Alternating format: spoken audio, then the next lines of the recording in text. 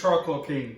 Today, super easy, back to the basics. We're going to skip ahead on the grill because you haven't seen that video of how to set up your charcoal grill like a smoker. We've already got it set up. And just like I said earlier, ba-ding! Look at that temperature. Sitting about 246. So I'm right in that zone that I wanted to be at. All right. Very basic, very simple. I wouldn't necessarily say, don't worry about what I'm putting on my chicken. We're going to put this on our chicken because when we smoke a whole chicken, we like to have it throughout the week. What does that mean? That means that we can shred it and have quesadillas. We can shred it and have chicken salad. Chicken salad. We can shred it and add any type of flavor that we want to. We're going to use a very basic recipe that we use. We pulled herbs from our garden. Now, obviously, this is very optional. If you don't have this, you're more than welcome to use whatever blend you want. You can use salt and pepper. Heck, with the smoked flavor on the grill, you can just put the chicken on the grill the way it is with nothing on it. So that's really just up to you. All right. This is almost the same thing that you would get. I'm still getting mulch. I washed it off. I'm still getting mulch from my garden. What kind of herbs are those? Well, that's what I was going to say. We got a little Christmas tree. Rosemary. Okay. Greek oregano. And some thyme. It's very similar to the package you would find in the grocery store that says poultry blend. So that's what we go with.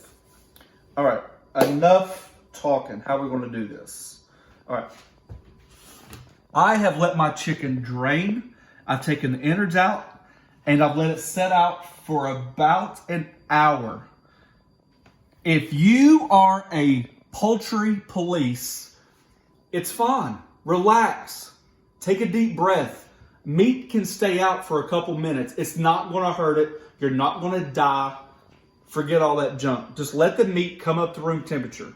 When it comes out of the refrigerator, it's what? 37 degrees. That's what our temperature says it's out inside the refrigerator. It's probably 70 degrees in the house. So you've already risen your temp 30 degrees, 30 degrees, give or take, before you even put it on the grill. And that's a big, big, big difference. Now, hold up though, because there is like a 4-hour max, right? Yes, that's what I'm saying. The hour is not going to matter. The 4 hours is the max, but if you just let it come out and gradually come up to room temperature. For 1 hour. I could handle 1 hour. Not a big deal. All right. So what we're going to do with herbs, if you haven't used fresh herbs before, you're just going to strip them literally off the vine. So you just hold the vine from usually the top end and pull straight down. And I'm not going to use all this, but just wanted to show you a quick little technique to get all the herbs off. So there's the vine, there's the top, and just pull down. Obviously the ratio of herbs is up to you. You know, that's the benefit about, that's the beauty, I said, you know, basically instead of benefit, but that's the whatever. Yeah, about cooking is, you know, you just add what you want. You make it yours, you know. So, small thing of rosemary. I'm not a huge rosemary fan, so I'm going to go a little bit light on it. But that's what we got. All right, a little knife. And we're just going to come in here and rough chop it. Now, you can make a compound butter. You could do this like a couple days ahead of time or an hour before ahead of time. Just maybe take some lemon zest, which would be good right now, and take some butter, mix up some room temperature butter, mix all this together, put it back in a refrigerator, and you can stuff it underneath the skin with lemon zest, this butter. That'd be really good, but I just sprinkle it on top because we end up straining it anyways. It's not a big deal. All right, so let's go first. Probably the most important thing to me is salt. Now, if you're going to serve this as a quote-unquote entree to your family whole before you carve it or anything like that, and you want it to be presentation-wise, then I would recommend doing breast side down because that's going to be your presentation side. If you season the breast side down first and flip it over, then all your seasoning is going to rub on whatever concoction you have it sitting on, and it wouldn't be as pretty on the top side. You might have to re-season it just to hit those touches. So breast down first. We're going to season the whole thing. We're going to flip it over, and we're back at it. So a little salt. My new pepper shaker from Fletcher's Mill. You guys can find this on Amazon. Absolutely love it. You can change the coarseness the grind of it, and it really, really, really comes out. So couldn't be more happier with it. Nice little coat. I'm gonna use a little paprika for color. I was gonna use smoked paprika, but since we are smoking it, I thought, don't want to overdo it. Got a little garlic. I don't know if I can make anything without garlic. And it might seem like a heavy coating, but remember, it's a whole chicken now. The world's famous, I don't know. Cavender's. Put that in a martini and I'm good. All right, just a little bit, not a lot, because that's gonna be the bottom side. All right, so just like that, we're gonna flip it over. And there's the presentation side, okay? Wash my hands real quick so I can touch all my stuff. That's a big chicken. That's like a 6.5 pound chicken. That's no little baby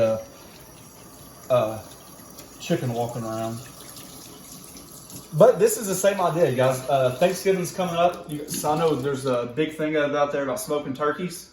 We have, but for Thanksgiving, even in my intro, when I open the grill and you guys see what's on the grill, that's 2 big turkey breasts that we brined, herbed, and glazed, and we're in the process of doing like a black pepper maple bourbon glaze over top of that turkey, and we had that for Thanksgiving one year. Absolutely incredible. The best turkey I've ever had. Brining is the way to Ever. go. We'll get a whole nother issue on that one right there, but you can't sway me one way or the other.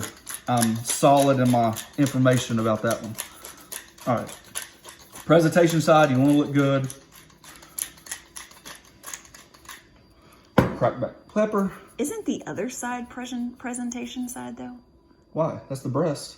Well, I know, but when you see like chicken, like a whole chicken or a whole turkey, it's usually like, it seems like it's a turned over. I mean, not that I know anything about cooking a whole anything. I mean, I can cook a whole grilled cheese. That's negotiable. Your kids would say otherwise, that you would burn it in the toaster. Ooh, I'm almost out. Put that on the 911 list. I know, we have to have Cavenders. Good Lord. And that's gone. Yep. All right, a little paprika. No, this is the presentation side. When this would come to the table, it would look breast side up. All right. So you guys can see, I think when we started, we might have been 247. It's going to settle somewhere. I'm going to open the bottom vent of my grill, okay? The bottom vent is your gas, okay? Imagine the top vent being the brake, okay? So what happens is when you open the bottom vent, what does fire need? 3 components: oxygen, fuel, and heat. That might be right. Check me on that one. If you guys have any idea what the 3 are, just comment below. I think it's those 3 though. But okay, so the fire is down below, so it needs the oxygen to breathe. So you would adjust your damper to go higher from underneath. Just leave that top damper alone. All right, we're gonna take this outside because it is ready to go. I might do a honey butter. I might melt some honey and some butter and baste it a little bit later. God, that just sounds good.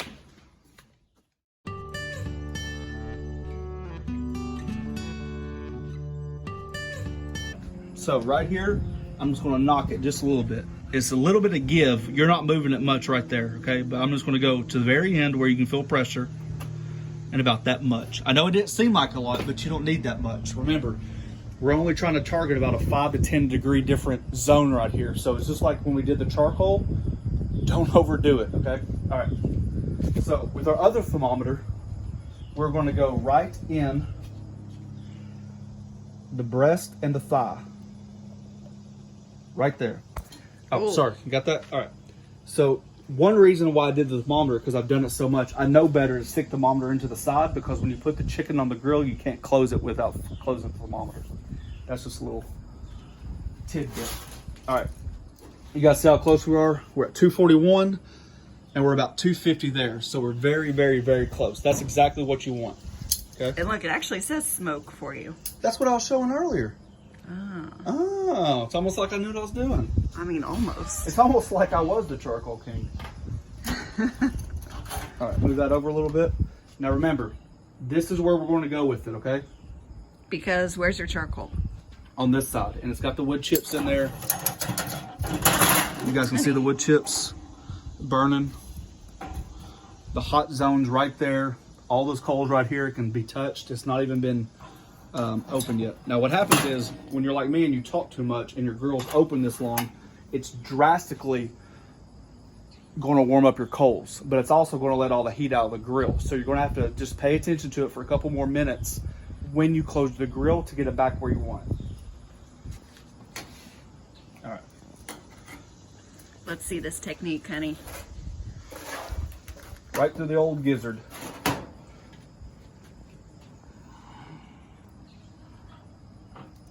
Right there's fine. Just like that. Now we didn't put any apples or celery or anything like that underneath. I don't really think it matters that much, and I definitely don't think it changes the flavor. So we're just gonna let it sit for a second. See what kind of temperature we're at. See how much we lost. It's Yeah, we're at 153. slowly. It will. Just leave it alone. Just don't panic. Your grates were your vents were good to start with, so trust it. It will build back up naturally. All right. This is going to go. We're going to come back in about maybe an hour to check on it. I know it seems like a long time. I might come out here before that just in case something goes wrong. But this is one of those steps to where if you're confident that you had that temperature pegged while you're inside doing something, then just let it go. Just let it go. Let it go. You don't want me to sing.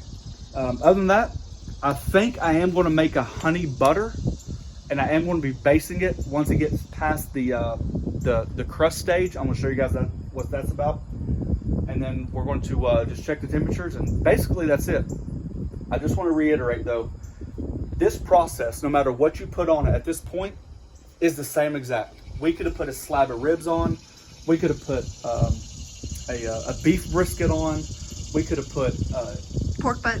pork butt. Heck, I've smoked whole fish before on here, like trout. And it's the same, really, it's the same method. There are sometimes I would have added a water pan just to catch that amount of fat, but on a chicken, I'm not necessarily worried about it. I will say this, and I have seen it before, and I know it's ruined some dishes. I've been there to eat it, and I've tried to tell them over and over again, and it goes one in or out the other. It's almost like my kids cleaning up. If you put au jus, let's say it's beer, let's say it's broth, water, underneath something, or put something in it while it's smoking, that broth is going to inherit that smoke flavor, and I think it turns the broth bitter. If you smoke something and then wrap it up and it naturally cooks in its juices, it's not as bad. But you wouldn't want to take that same juice and like reduce it down or even make a sauce out of it, because the smoke flavor is so intense when it gets into moisture. I just don't think it's good. That's a personal preference.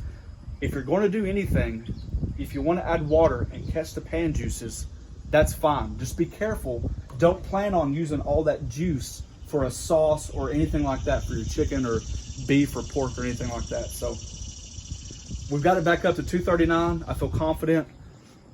We've even went a little bit higher here, so you can obviously see that it's going through. We're going to be fine on it. Okay, I have a question though. Hang on. I need to mark it. I think we're going a little bit too high, so I'm going to mark it back down to where it was. Okay? About right there. Yes. Okay, so this says, what, like, is that like 260, 255? Yep. But then this says 243, so what's the difference? Well, if you saw the video before, I explained that. You were literally just right here filming. But I don't understand any of this. The thermometer is higher up on the grill. Okay? So since your smoke, or since your heat is actually down here, what happens is it naturally comes up on the side of the curve of the grill, okay? It comes over, and it just creates a loop, okay? So it feeds from the bottom, and it's naturally going to feed over here and up and out. Well, not all the smoke can come out at one time. So what happens is it's like a race car lap. It just keeps going and going and going, okay? When I put my meat thermometer over here, it's further away from the heat than this is. This is naturally going to be hotter. Oh, okay. So this thermometer is closer to the fire. Yes. And that thermometer you have like somewhere over On the here grate. on the side. On the grate. On the grate, which is further away. And now it's got a heat absorber next to it. When I talk about the water, the heat grate, even the cold piece of meat right now is literally absorbing all that energy and all that heat. And that's when I talk about cast iron. That's why I like it so much, because it has so much heat retention that it's good, because you can carry over cooking and stuff like a lot of times on the cast iron pan and not worry about keeping on the actual direct heat as much. Same thing with this. That cold chicken at 50 degrees just set on here. So what happens is it's actually absorbing the heat. It's warming up. The heat's attacking it. And so it's going to be a colder spot right there where the chicken's at, because even the chicken's acting like an ice box.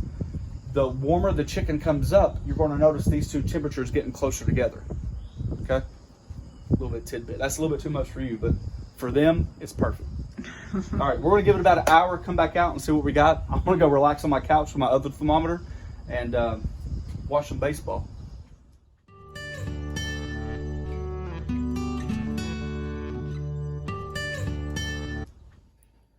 All right, guys, so I'm sitting here editing my profile picture for Mr. America. It's just something I do on the side. I know you guys can tell by my physique. But like we said earlier, I'm glad this happened, just to show you guys I'm not perfect. I'm human. I'm normal. Our temperature has dropped. I'm sitting on the couch, and I'm like, man, I really don't go back out there. But I've got to. We're about 220. I know that's a little bit low. So, let me get up. Oh, what do you know? All right, so we're pretty close. Like I said, once the chicken warms up a little bit, then our temperatures are going to match a little bit. So you would think that's about 225? Because there's 250. Probably, yeah. All right, and our thermometer says 219. So remember how I told you how it's going to match up a lot closer?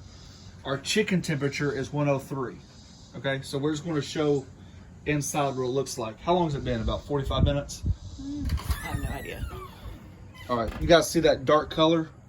That's what we're looking for right there, okay? And I'm looking down here. Just going to check my fire real quick.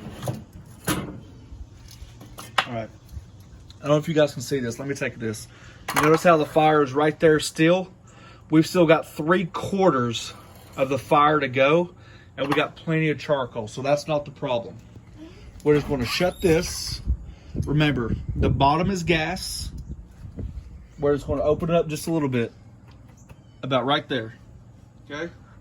And that's why you want to make sure that every time you start your grill, that your ashtray, what's it called? Pieces, the contaminants, the Ash?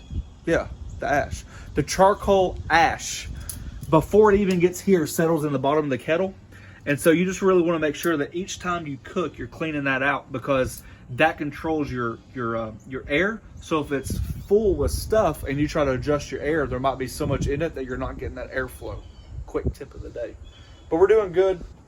All right, we're gonna be back at it. We're at 104. Our target temperature is 165, or about 160. Since this is not a hot cook, I want to explain something about meat. Ooh, that smoke. If you're doing a low and slow cook, A low and smo? that might be a beep. No, we're just going right through it. If you're doing a low and slow cook, then don't expect your meat to rise to a higher temperature like you normally would when you're cooking at 350 to 400. The insides of the meats don't have that much energy to keep pushing the meat up and up and up and up. In temp. Yes. So if you're smoking at a lower temperature, you really want to make sure you try to hit that target temperature as close as you can, because I'm going to show you at the end of this video that the temperature, I'm going to keep the thermometer in it, it's not going to rise drastically like you think you would, or you think it would. I know some people say that you should take it off 10 degrees prior. That might be true if you're cooking at a higher temperature. Just remember, if you're going low and slow, the meat doesn't have that energy to carry over. Word of wisdom. Back to the recliner. All right, guys, so we've been about an hour and 20 minutes into it. Oh, yeah. Oh, yeah. Oh, yeah. All right, so all I'm going to do, you can see the blood still in there.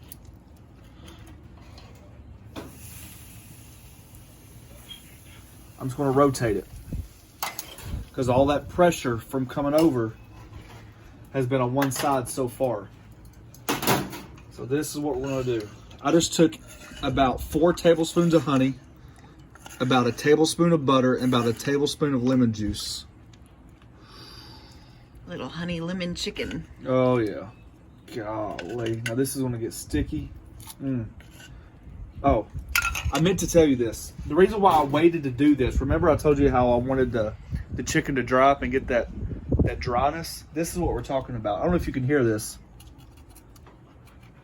Hear how dry that is? We can hear it if Nelly Oh yeah, she's hyperventilating. She knows stops what's going breathing. on. Still pretty tough. But you can see how I'm scratching it? Okay, shh.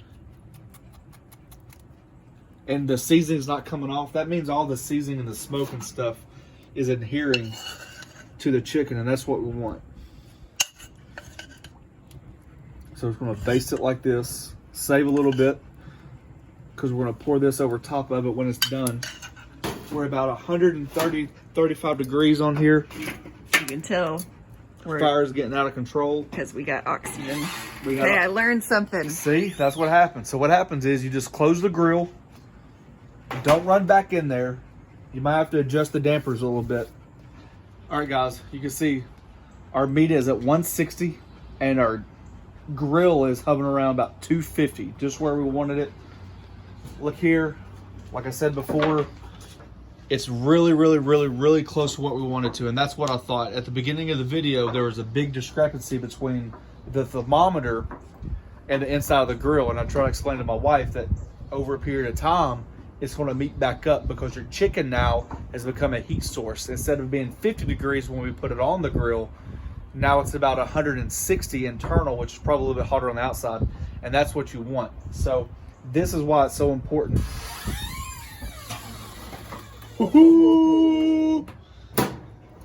Just from experience, you guys see your juices right here.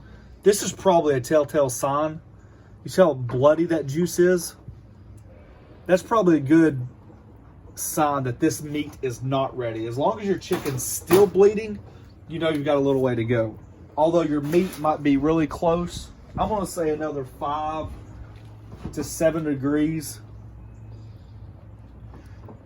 I'm gonna put it up just a little bit closer. I'm gonna turn it around to where the breast is facing the heat, okay? And we're gonna give it, like I said, about 5 or 7 more degrees, maybe 10. Come back out here and see what it looks like. God, it's getting close. Ooh. Back to the recliner.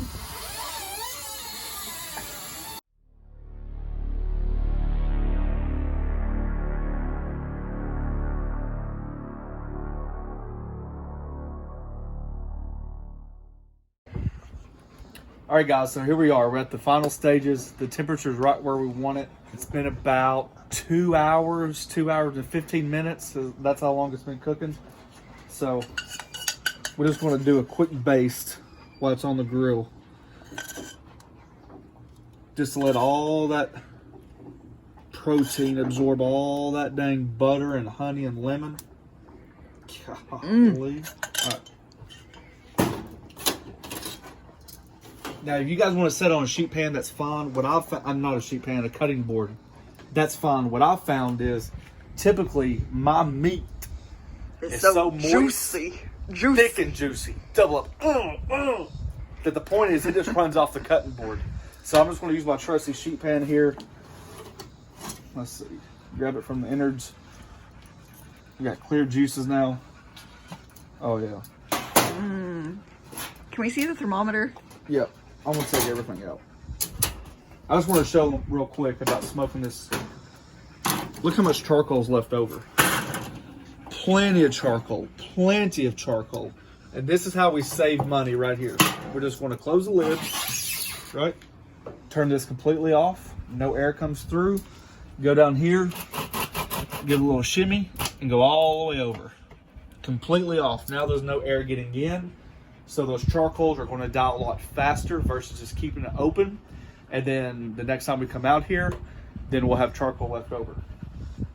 All right, so here's my trusty thermometer. Let's see what we got going on here. Huh, was that magnetic? Yeah, it's magnetic. Let me see. It's only Do the it best. again. Yeah. Only the best for the charcoal king. Yeah. So right there about where we want to be. My target temperature is 160 to 165, and I think we're there. So we're just going to let this come inside. We're going to let it rest for about 20 minutes. Then we're going to carve it up and show you guys what it looks like. Look, it's already juicy, and the juices are clear. All right, guys, the moment of truth. We pulled that bad boy off. We let it rest about 15, 20 minutes. You guys can see just how juicy all those pan juices is coming out. That's why I typically don't let it rest on the cutting board, because then it just runs off the cutting board. So, Golly, that looks good, yeah, honey. it does. Yep. All right, bring this bad boy over here.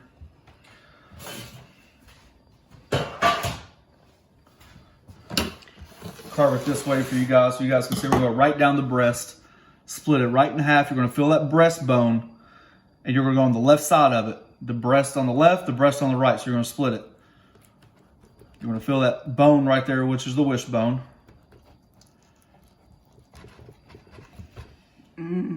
Smells so good. Yep. Come right here in the legs.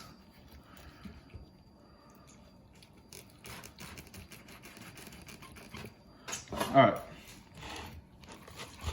There we go. There we go. Oh, yeah. I don't know if you can see how moist that is. It just pulls apart. Let's take this bad boy over here and slice it. All right.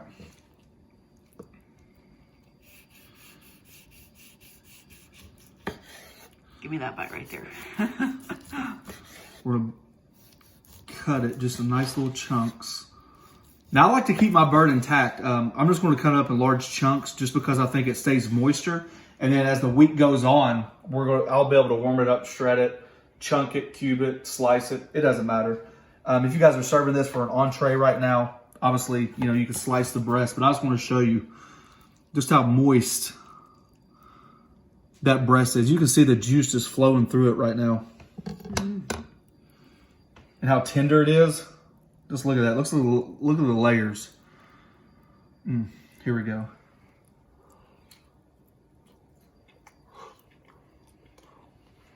Give me a bite.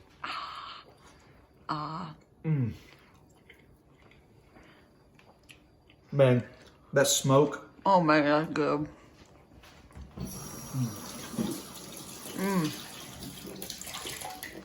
The smoke you get from it by far reigns supreme, but I'm telling you, the kicker in the whole thing has got to be the finishing with the honey and the lemon and the butter. It just makes it go from basically, hey, whoa, we're not done with the video. Hey, it makes it go from here to here. You got that? Are you done eating? All right. God, that is good. You guys can just see just how much moisture. Look at all that thigh. Look at all that thigh meat juice. I mean, that's what you want right there. So, from my family to yours, thanks for watching. Don't forget to press that subscribe button, pound that notification button, and I'll see you next time. Peace. Oh, the wing. You cut off a wing. Oh yeah, give me a wing too. Hey, you can't get all of it. Hey, there's 2 wings. There's one of me.